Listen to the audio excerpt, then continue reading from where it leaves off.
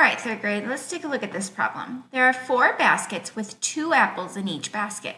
How many apples are there? So I have 4 baskets. So I'm going to draw my 4 baskets.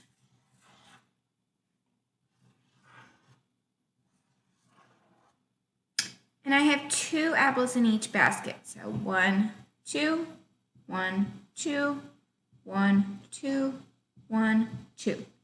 So I have 2 apples, and 2 apples.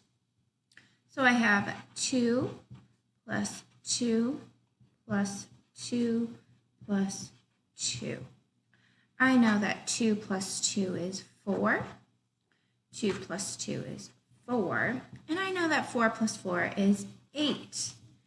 So once again, I have 4 baskets or 4 groups with 2 apples in each one. So I know that 4 times 2 equals 8.